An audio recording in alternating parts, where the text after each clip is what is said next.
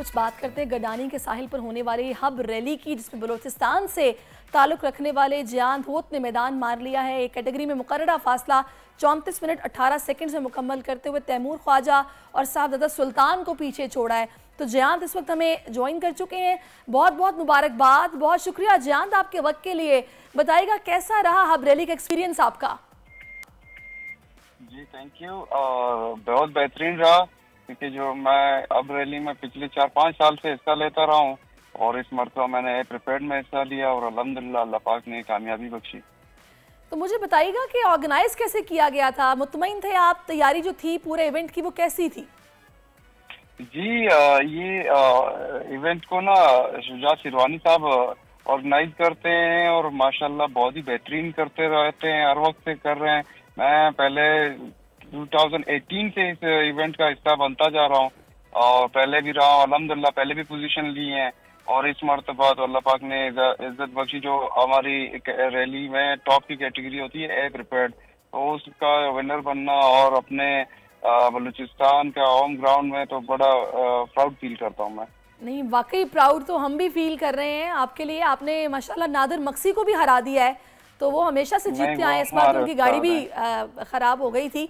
तो मुझे बताइएगा कि कैसे ये मुमकिन हो पाया? वो कौन सी टेक्निक है जो आप यूज कर रहे हैं? वरना नादिर तो नाकाबिले शिकस्त रहे हमेशा से। वो बिल्कुल नाकाबिले शिकस्त रहे भी है और रहेंगे भी। वो तो इस मोटर स्पोर्ट्स की शान है। और इसमें ये था कि ट्रैक छोटा था, मुकाबला सख्त था और हम जितने भी पार्टिसिपेंट्स थे जो मेरी कैटेगरी के थे, हम सबकी गाड़ियां तकरीबन एक ही हिसाब से तैयार हैं और सबके इंजन भी सेम है। तो ये था कि थोड़ा सा एग्रेसिव चलाना था, अपना टाइम बेस्ट टाइम देना था। मुझे ये एडवांटेज हासिल था कि मेरा होम ग्राउंड था, मतलब ये कि बलूचिस्तान की साहिली पट्टी मेरा ताल्लुक गवादर से है, तो मेरे लिए ये ट्रैक आसान था। जिस तरह उन बाकी पार्टिसिपेंट्स के लिए शायद थोड़ा सा मुश्किल होगा, लेकिन मेरे लिए इजी था। तो मैंने कोशिश किया कि ऐसा बेस्ट टाइम दे सकूं जिसको कोई बीट ना कर सके।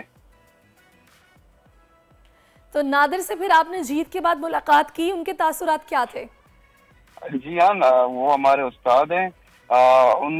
उनका बेसिकली गाड़ी खराब हुआ है, उनके साथ तो समझे मुकाबला ही नहीं हुआ है ना। अगर वो फिनिश करते मैं आगे होता तो मतलब मैं जीत चुका था, उन्होंने फिनिश ही नहीं किया। ओह अच्छा। वैसे मुझे बताएगा कि पाकिस्तान में जिस तरह से ये रैली को ऑर्गेनाइज किया जाता है और ये इवेंट है, आपके ख्याल में इसमें मजीद अगर बेहतरी करनी हो तो क्या कुछ है जो कि किया जा सकता है? जी उसमें ये कि हमारे प्रोविंशियल गवर्नमेंट और फेडरल गवर्नमेंट अपना हिस्सा डालें। उसमें स्पॉन्सर्स की बहुत कमी है इस रेस में, ये स्पोर्ट्स में। बल्कि ये देखें, जिस तरह फुटबॉल और क्रिकेट होता है, ये भी एक बड़ा मेगा इवेंट होता है। आप डकार रैली देख लें, कितना बड़ा मेगा इवेंट है जो सऊदीया में होता है। तो इस तरह पाकिस्तान में टैलेंट की कोई कमी नहीं है, बस स्पॉन्सरशिप की कमी है। तो अगर हमारे फेडरल गवर्नमेंट या प्रोविंशियल गवर्नमेंट इस तरह के इवेंट्स करें तो हमारा जो टैलेंट है, हिडन टैलेंट, वो इसको हम एक्सप्लोर कर सकते हैं। सही। अब अगले किस इवेंट की तैयारी आप करने जा रहे हैं? जी नेक्स्ट रैली है this Sunday, Ravi rally Lahore. अच्छा चलें जी, बहुत शुक्रिया आपका। वैसे ही कामयाब होते रहे जियान। Thank you so much for your, और बड़ा अच्छा लगा आपसे बात करके। सब्सक्राइब करें और बेल दबाएं ताकि कोई खबर रह न जाए।